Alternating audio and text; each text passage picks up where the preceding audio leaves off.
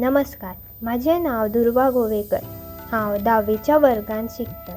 हांव तुमकां गोंयच्या बिचोली तालुक्यांतल्या नार्बे गांवांतल्या सप्तकोटेश्वर देवळाची म्हायती दितलें। सप्तकोटेश्वराचें देऊळ रमणीय दिसता। हें देऊळ सप्तकोटेश्वर म्हणल्यार शंकराक समर्पित आसा। सप्तकोटेश्वराचें लिंग भांगर, रुपे, तांबे, लोखंड, कथील, शिशे आनी काशे अशे सप्त धातूंचें मिश्रण।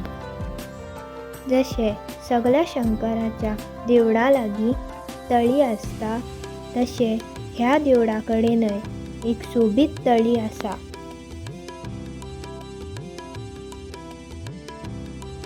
सप्तकोटेश्वराच्या देवळाच्या आंगणांत एक दीपस्तंभ, तुळस आनी एक राजक्ताचें झाड आसा आनी हाचे भोंवतणीं आनीक जायतीं देवळांय आसा, जशें श्री आर्य दुर्गा देवीचें देऊळ, श्री भगवती देवीचें देऊळ आनी श्री काल भैरवाचें देऊळ।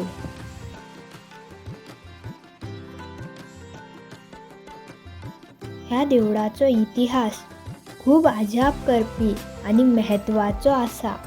जायत्या राजवटींनी गोंयाचेर राज केलो। तातूंत एक आसले कदंब। तांचो कुलदेव महादेव आसलो म्हण तांणी सप्तकोटेश्वराचें देऊळ बांदिल्लें। पूण 1510 जेन्ना हांगा पोर्चुगीज आयले तेन्ना ते हांगासरल्या लोकांचो धर्म बदलपाक लागले। लोक आपलो धर्म सोडपाक तयार ना हें पळोवन ते हांगासरलीं देवळां मोडपाक लागले आनी जीं देवळां तांणी मोडलेलीं तातूंत सप्तकोटेश्वरूय आसलें।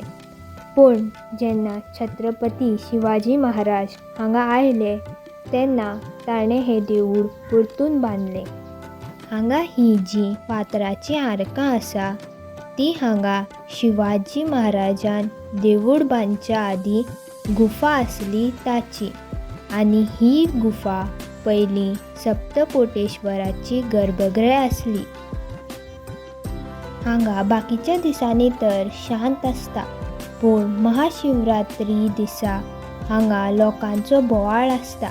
हांगा महाशिवरात्रीची रथयात्राय जाता।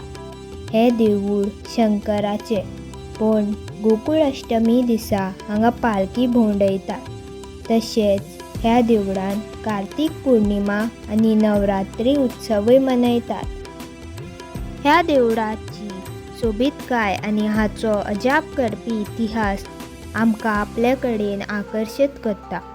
गोंयच्या सरकारान ह्या देवळाचो रिस्टोरेशन केला, पूण तांणी ह्या देवळाची सोबीतकाय, हाचो इतिहासीक महत्व आनी हाचे संस्कृतीक मूळ सांबाळून उरपा खातीर खूब लक्ष दिलां।